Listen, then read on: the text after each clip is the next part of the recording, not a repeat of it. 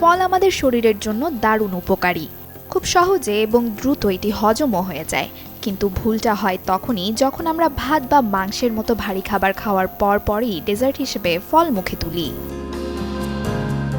গবেষণা বলে ভারী খাবারের সাথে ফল খেলে তা পাকস্থলীতে আটকে থাকে, ফলে শুরু হয় ফার্মেন্টেশন বা গাঁজন প্রক্রিয়া, যা থেকে তৈরি হয় গ্যাস, বুক জ্বালাপোড়া কিংবা পেট ফাঁপা। তাই ফল খেতে হবে খালি পেটে অথবা প্রধান খাবারের অন্তত ৩০ থেকে ৪০ মিনিট আগে।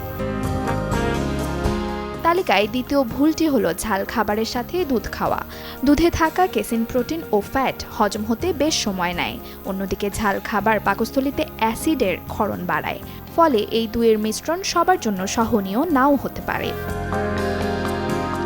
আবার মাংস ও দুধ জাতীয় খাবার দুটি উচ্চ প্রোটিন ও চর্বি সমৃদ্ধ।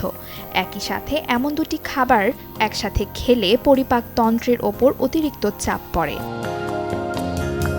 অন্যদিকে স্বাস্থ্যকর মনে হলেও ফলের সাথে দই খাওয়া মোটেও বুদ্ধিমানের কাজ নয়।